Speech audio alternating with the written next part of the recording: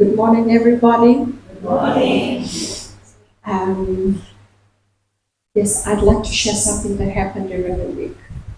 So one day in the last week, I was coming to church and I met this lady, and she stood there, and then I thought, oh, maybe she's lost. She said to me, oh, hello. And I said, oh, hello.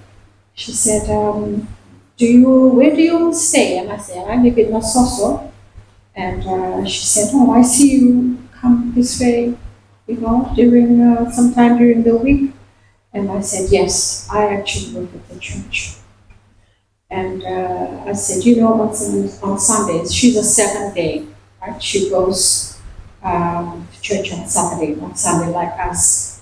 And she lives 2 doors away from here.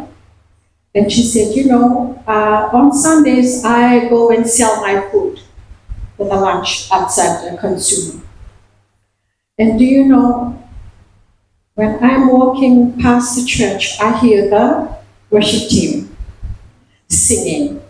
And I stand and I worship God on the road on my way to consumer.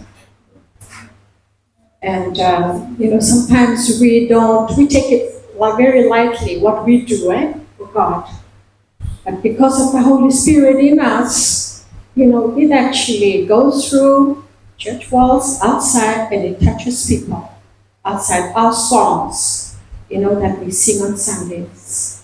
I told her we don't have a really fancy band, or, sing like the 7-day. They have all these kind of like choirs and very beautiful singers in their church. And I said it's so important that when we are singing, that the Holy Spirit of God is working through us, through our voices. And that is the one that is touching people, more than the beautiful sound, more than the music.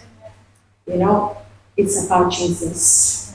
And so I was so encouraged, that I heard her say this. She said, every time I go by, I'll stand outside your church and I'll worship with your worship team.